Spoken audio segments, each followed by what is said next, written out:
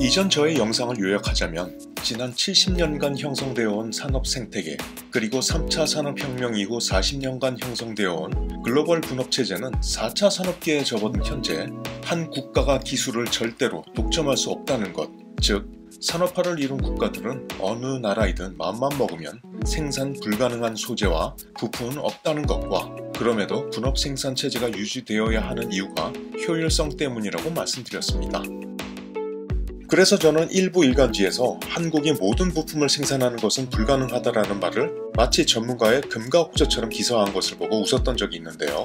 그 말이 100% 틀린 것은 아니지만 정확하게 이렇게 바뀌어야 할 것입니다. 한국이 모든 부품과 소재를 생산하는 것은 비효율적이다라고 말이죠.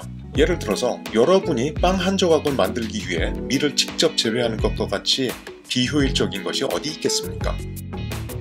그래서 저는 일본이 빨리 잘못된 것을 인지하고 더 늦기 전에 현재의 분업 생산 시스템의 일원으로 돌아와 현재의 산업 생태계를 유지시키는 것이 가장 바람직한 시나리오라고 말씀드렸었습니다. 그러나 일본은 현재 자신들의 행위를 되돌릴 생각은 없는 듯 합니다. 현실주의 정치 이론가 중에 로버트 길핀이라는 사람이 있습니다. 그는 국제정치 현상을 설명하는 가장 중요한 요인으로 무정부성, 세력분포, 그리고 국가별 발전 차이를 국제체제의 변환 과정의 중요한 변수로 보았습니다.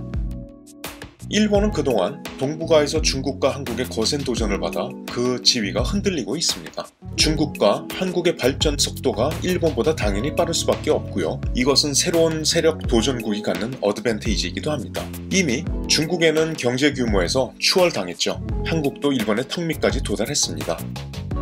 동북아 지역 시스템의 변화가 시작된 것입니다. 일본은 도저히 한국만큼은 추월을 허용해서는 안 된다는 생각을 가지고 있는 듯 합니다. 일본이 한국에 펼치고 있는 수출 규제는 말하자면 일본의 예방전쟁이라고 할 수 있습니다.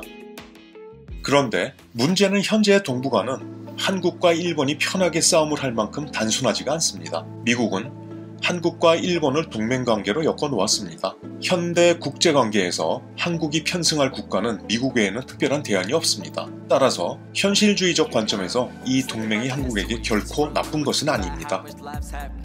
북한이라는 변수와 중국의 세력 확장 억제라는 과제가 한국, 미국 그리고 일본에게 복잡하게 얽혀있기 때문입니다.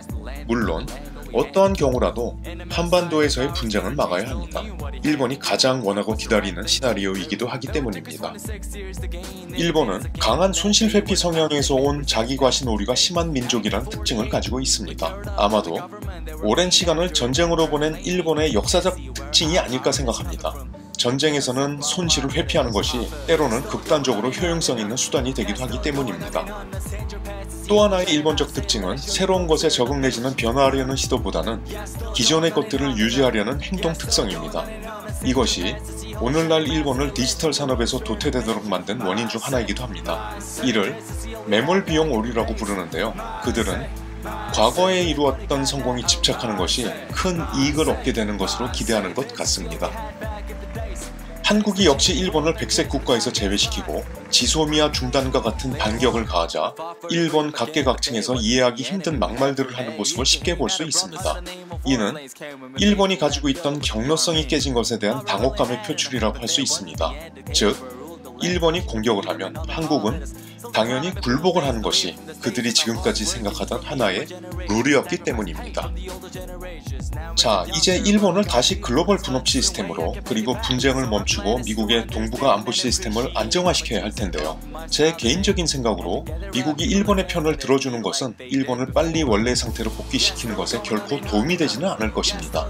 그리고 한국과 일본이 오랜 기간 싸우는 것은 미국의 이익에도 부합하지 않습니다.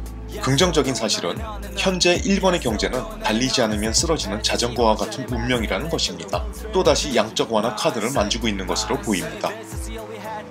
현명한 한국 국민들은 성숙한 국민답게 일본 불매운동을 자발적으로 진행하고 있습니다. 일본 정부의 재정난은 늘어난 세수로도 감당할 수 없을 정도로 심각한 상태입니다. 특히 미중 무역 전쟁으로 인한 경기 침체, 한국의 불매운동, 엔고, 그리고 올림픽 준비까지 일본은 결코 장기적으로 이번 상황을 견딜 만한 상태가 아닌 것입니다. 이는 일본에 거주하는 한국 교포들의 증언과 국내에 거주하고 있는 친일 세력들의 강한 저항을 보면 쉽게 추론할 수 있는 것이기도 합니다.